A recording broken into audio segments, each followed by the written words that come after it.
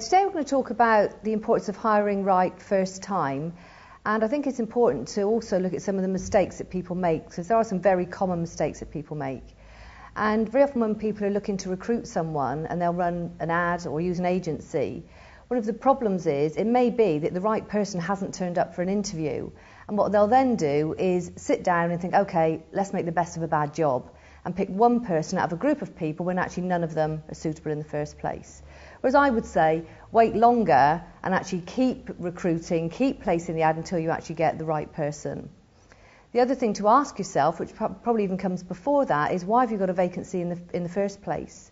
Why are people leaving your company? Do you know why they're leaving? Because again, sometimes it's this treadmill where people accept that they've got a high turnover in their industry, and it might actually be something that you're doing, and that might be the reason that people are leaving. The other mistake that people make when they're recruiting is hiring in their own image, because if you sit down and you end up having a casual conversation with somebody and you quite like them, you might think, oh, they'll be great, but are they right for the job? Have they got the right skill sets, or are you just getting on okay with them? One of the tools I use for hiring right first time is DISC personality profiling, where you can actually start to match somebody's personality to the job.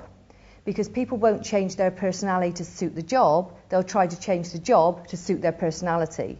So for example, if the job requires somebody to be extremely detailed, but you've got someone that's naturally talkative, then they'll try and find an opportunity to go to use the photocopier, to go to the water cooler, anything where they can talk to people.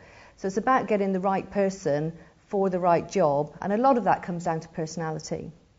The other mistake that people can make when they recruit people is not actually having a process. They sit and have a chat. They're not asking people competency-based interview questions to have examples of when have they actually displayed this skill set in the past. The other thing that I certainly recommend when you recruit, and for my business, is it isn't just my decision, the whole team are involved in the decision. So the first time they come in, I will have a conversation with them. Obviously we'll look at CVs. But the second interview, they actually spend 15 minutes with each of the member of staff. And if one person actually came back and said, I really don't like this person, if there is likely to be any personality clash from day one, I wouldn't hire them. Because at the end of the day, it isn't just about me liking them and having the right skill set, it's how they fit in with the team, which is really, really important.